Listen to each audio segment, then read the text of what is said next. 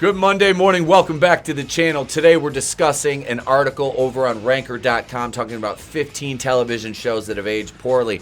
Some I agree with, others not so much, mostly because the writer is a genuine, just weak, effeminate male. And that explains a lot of his decisions in this list. So without further ado, ladies and gents, I know we're all tired. It's Monday. Let's get into it, shall we? Following announcement has been paid for by the new Wakuian Order. ETEP here. I know you've been asking for it, so we've got it. You want that new Wakuian Order merchandise? Here it is. T-shirts, mugs, towels, hoodies. It is all there. Tote bags, ladies and gentlemen. And if the new Wakuian Order is not your thing, well, we've got something for that too. We've got the old school Going In Raw, the place to be reviews Egyptian logo. We've got the ETEP and mini ETEP shirt. We've got tank tops. Monday night Going In Raw, no protection required. We've got leggings. Ladies and gentlemen, it's there if you want it. If not, just subscribe. It's free. It always will be. Thank you very much. Number 1, Baywatch. Baywatch was a show about women in bathing suits. That's it. The plot has little more substance than what you'd catch on late night Cinemax. In fact, what are you, gay? It might even have less. At least those movies know that they're ridiculous. Despite all that, Baywatch was revived as a feature-length film in 2017. At least this time around, the story took pains to objectify men in addition to women. Boo this man! This show was made in the 90s. In the 90s, we weren't afraid to show women being beautiful. That was accepted. That was fine. Number 2, Lost.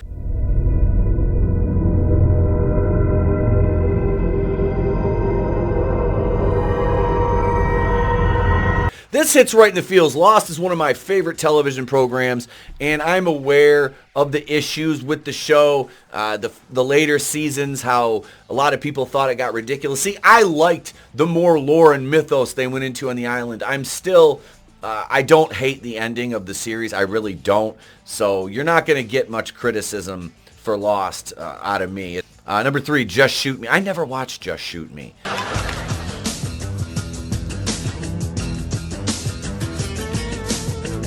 Although I was aware of it, I never watched it when it was on television.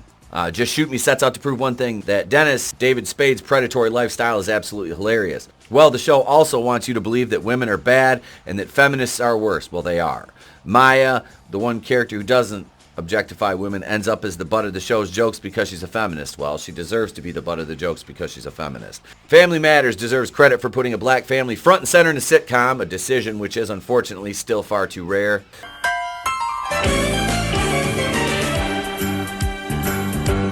That said, what characters do you remember from the show? There's Steve Urkel, but who else? Laura, Carl, the grandmother was hilarious, the sister-in-law, and her son Richie, Mama Winslow. What else do you want? There's a lot of characters in the show. You had Eddie, the son, his best friend, who was like hopelessly in love with Laura, but he was a Waldo Faldo. That's how many characters I remember from the show that are not named Steve Urkel. Unfortunately, the show amounts to little more than a single gag. As the episodes roll by, the clumsy, nerdy neighbor will appear time and time again to knock, insert messy item, onto the floor before saying, "Did I do that?" The show's writers seem to feel once they had plugged 5 or 6 of those instances into an episode, their work was as good as done. It was still a fun show with a lot of heart, and that was the thing.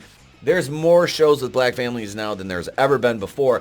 And the problem is the writing for those shows, okay? This show was made to appeal to everybody, all right? It happened to be a black family, but there was traditional family values in the show, which are far too rare these days. And people are afraid to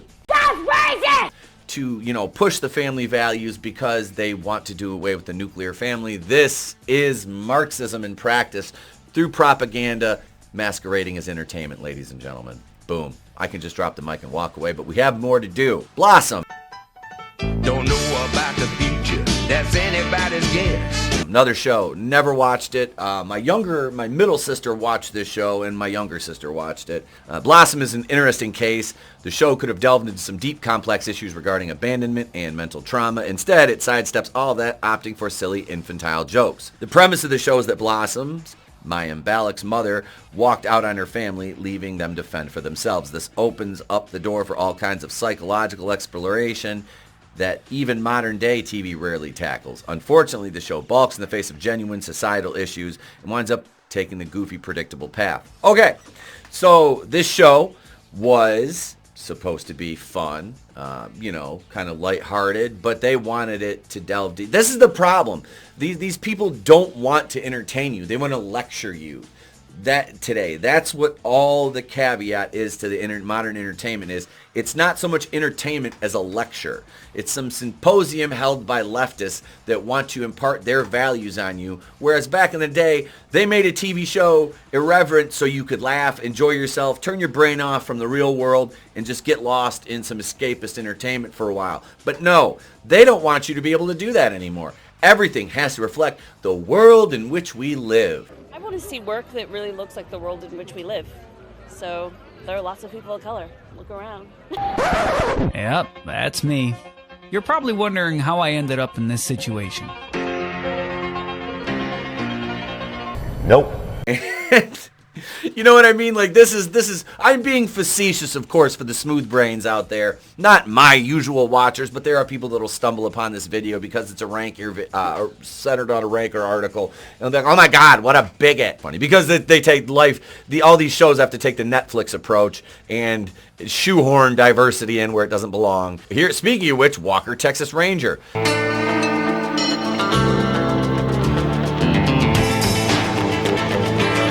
Diverse, black man, you had 2 females, one of them being a Latina on the show. This show was fun. Walker was fun. Chuck Norris is a treasure. I mean, and they get so mad at this show. It's great. Listen to this. In many ways, Walker, Texas Ranger is nothing more than American propaganda. Every episode is a flurry of red, white, and blue that ties the ideal American male to a cesspool of hyper-masculine ideology. Yeehaw. The show is packed with exposition about how tough Walker is, but beyond that, the plot offers little more than a third-rate procedural crime drama. Shut up, bitch! It was supposed to be like a Chuck Norris vehicle. We're not watching for the Emmy Award-winning writing. We're watching because it's going to be fun to watch him beat the shit out of hapless fools that are the bad guys in this show. That's why we watched it. I mean, you had some beautiful women. You had a lot of fighting. That's what guys wanted to watch. Friends. White people. Peter, let me say that. White. And as a Seinfeld fan, I can honestly say, fuck this show. I think I can sum up the show for you with one word. Nothing. Here we go. Friends is one of the most beloved sitcoms of all time. Liar! However, the mid-90s, 2000 sitcom is also full of gay panic, fat shaming, transphobia, and backwards ideas about gender, among other things. Good. Yes, it hurts to admit that a universally adored show is drastically flawed, but that's unfortunate, cold, hard truth. A product of a bygone era, Friends manages to offer a veritable list of marginalized groups. Chandler, Matthew Perry's transgender parent, is treated like a running joke, because it is a running joke. Monica is constantly mocked for her childhood obesity. Okay. And the show's male cast lives in constant fear of being viewed as anything other than masculine heterosexuals. So long, gay boys! Friends only seem to care about pretty straight white people, which makes it hard to sit through in retrospect. Somebody better tell the cream of wheat man over here that he is in fact himself a white. Yeah, because we can't have a show about pretty straight white people. You've got to have shows about pretty straight black people, pretty straight brown people, pretty straight Asian people, but not pretty straight white people, right? Because that's racist. Just think about how stupid that sounds when you say it out loud, folks. I'll wait. Yup! Hercules, The Legendary Journeys. The legendary Kevin Sorbo and the always gorgeous, oh my God, these are my favorite episodes when Corey Everson would come on there. And yeah, I love me some Corey Everson, and she still looks great. She does. Corey looks great in her 60s. But yeah, Sorbo, he still looks awesome. And the leftists on Twitter hate him, which makes me like him even more. I enjoyed this show. The show was always fun. And, you know, I watched Xena because Xena was hot. Lucy Lawless was hot. You know, those crossover episodes, still not as fun for me as seeing Corey Everson on here with her amazing biceps. It was always nice. It would be a little unfair to call Hercules a soap opera, Let's see, this show did a great disservice by not taking its story seriously, as shows like Firefly, Game of Thrones have since proven that sci-fi and fantasy can work on TV. Well, that wasn't how the show was supposed to be perceived. It was lighthearted and fun. These guys, like, I don't understand. Speaking of not understanding things, modern audiences don't understand home improvement.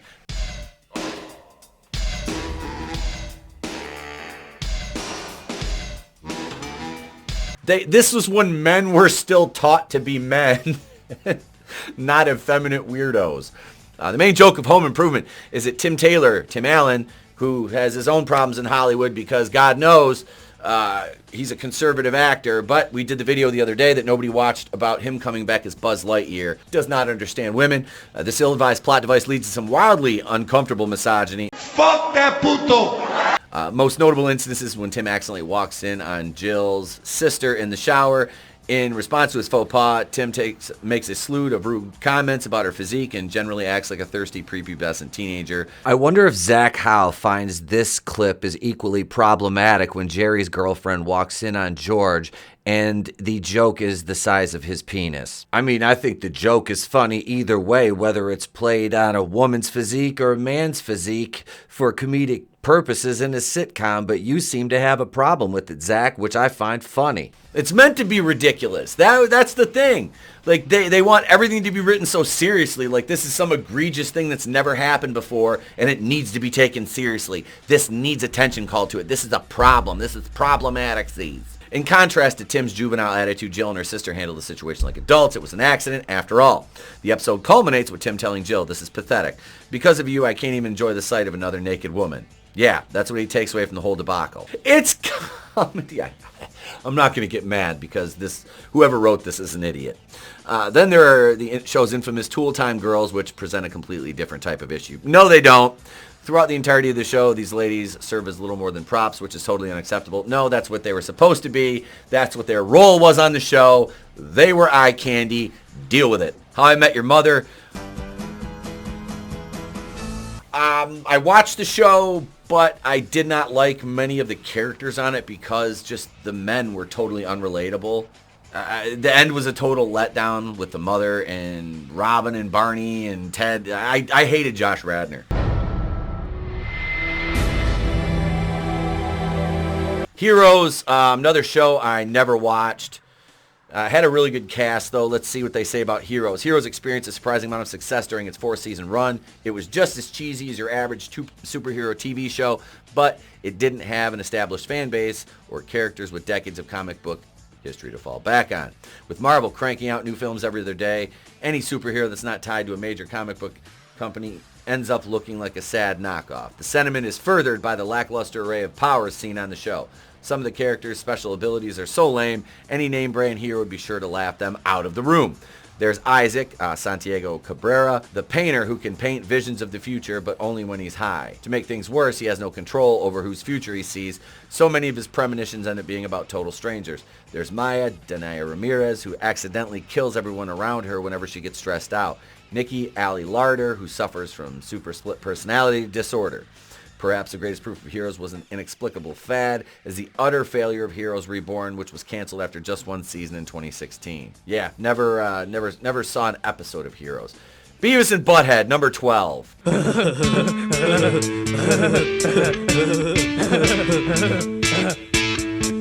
This was rebooted, and I did not watch it at all. Have never seen the new one, nor will I.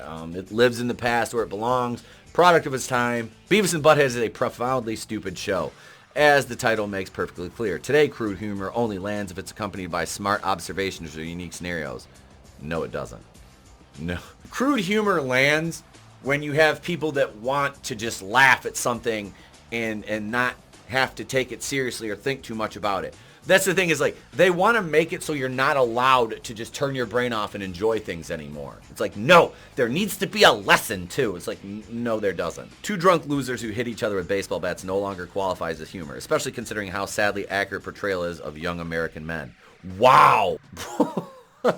We're gonna look and see who wrote this shit show afterwards. And let's not forget, I'm the great Cornholio. I need TP for my bunghole. While racist caricatures were generally accepted as funny in the 90s, they can only be seen as crude and unbecoming in the 21st century. Unfortunately, Beavis and Butthead managed to stay in the air until 2011.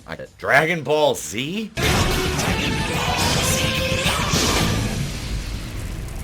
Perhaps you remember dashing home after school to catch the next thrilling installment of Dragon Ball Z on Toonami. What you may not remember is that out of the nearly 300 episodes, like 4 exciting things happen. Even though one character can cross the universe in the blink of an eye, the plot of Dragon Ball Z progresses at a snail's pace. There are full episodes with Goku holding his arms in the air waiting for a massive spirit bomb to fully form. For every minute of fighting, the heroes and villains take 3 minutes to chat with each other. Even worse are the periods in between battles, wherein the show had nothing to offer the viewer but kitschy humor. Number 14, Scrubs! Superman. As is the case with Friends, Scrubs is a show that is astoundingly politically incorrect in retrospect. This series never hesitates to be sexist, racist, and generally exclusionary in the name of comedy. 2 of the main 4 cast members, one, she was Latina, I believe, and Donald Faison is black. Never heard any complaints from him, but hey, you know. Scrubs objectifies women in virtually every scene, which is impressive considering how few female characters exist on the show. Of course, the show has problems with the guys who are insufficiently masculine, as Dr. Cox makes clear by calling JD a different female name every time he sees him. There's no way to explain why that's funny without coming off as a total bigot. Well, it's funny because JD is a very effeminate man. So he's straight though, so yeah, it's funny when Dr. Cox kind of emasculates him at every turn. Doug.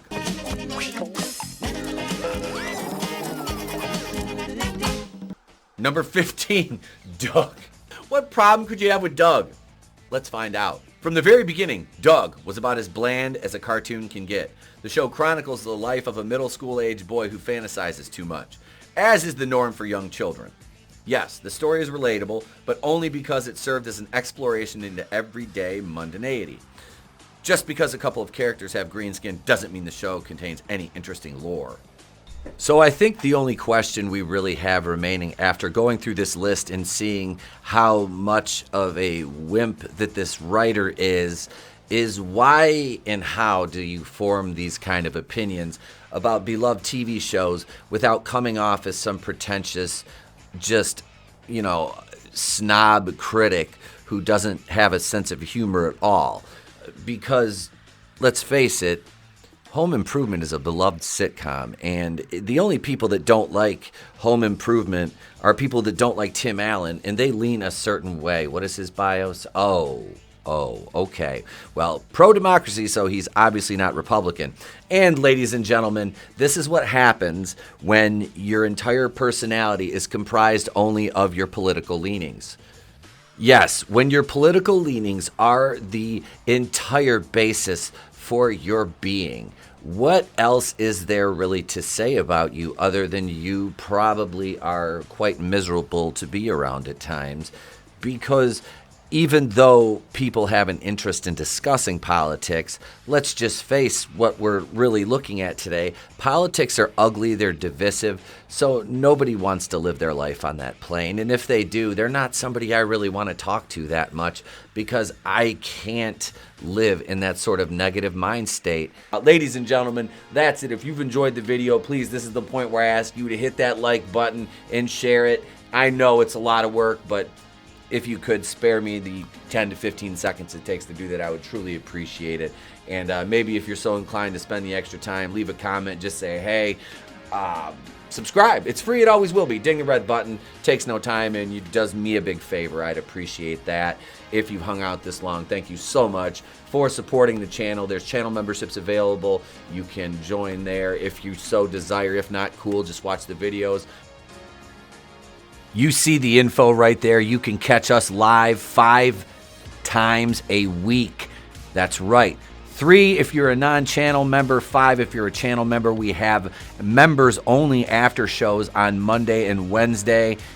After our main shows, Saturday, of course, is our big show we have to cap off the week. Thank you, ladies and gentlemen, for supporting us. So there you have it, folks. 15 shows that have all aged horribly, and they were beloved. and according to Zach Howe, they've aged horribly. So, ladies and gentlemen, this list was hilarious. I hope you enjoyed my take on it and us kind of picking apart Zach Howe because, let's face it, this guy is probably a joyless succubus of fun. So there you go, folks. Leave your thoughts in the comments, subscribe, join as a channel member, all that fun stuff. I'm Etepwakuian from The Place to Be Reviews. I've been here with all of you. If I don't see you, have a great day, a pleasant tomorrow, and I'll catch you on the next one. It's better to burn out than to fade away. I could do this all.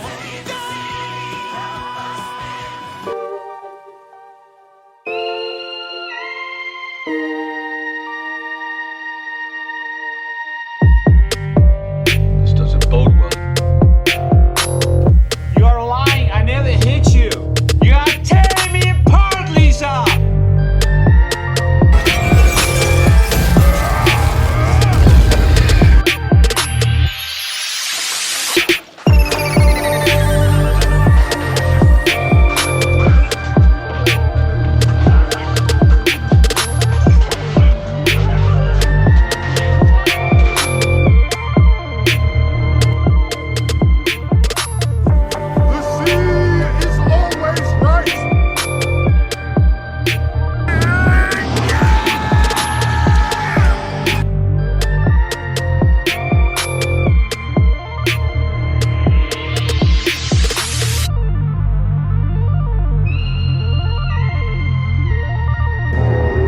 Tears, please.